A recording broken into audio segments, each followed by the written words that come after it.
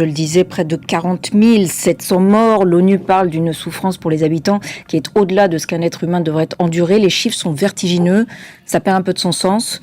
C'est en tout cas sans comparaison possible avec ce qui s'est passé. En fait, plus les chiffres sont importants, plus ils nous anesthésient d'une certaine manière. C'est ça qui se passe. Donc on est obligé, et ça c'est peut-être le rôle de l'historien, de les recaler dans l'histoire. On l'a dit tout à l'heure, la première intifada, les gens s'en souviennent, c'est 1000 morts en 5 ans. La deuxième intifada, c'est 3000 morts en 5 ans aussi, 2000-2005. Là, on est à 40 000 morts, sans doute beaucoup plus. Quand on parle de 40 000 morts, ça veut dire 40 000 cadavres localisés et identifiés.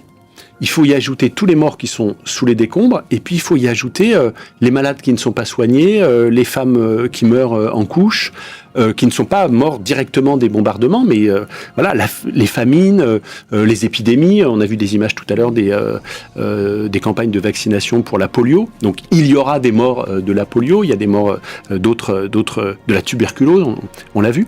Donc on est dans des niveaux de létalité, de mortalité absolument jamais vus dans l'histoire du conflit israélo-palestinien. Même la guerre de 1948-1949, je me frottais les yeux, c'est 5000 morts palestiniens. Vous vous rendez compte? Et sur toute la Palestine. Là, sur Gaza seulement, c'est-à-dire un tiers de la population palestinienne, on en est à 40 000, 50 000, peut-être sans doute à l'horizon, ce sera 100 000 morts une fois qu'on aura pu tout compter.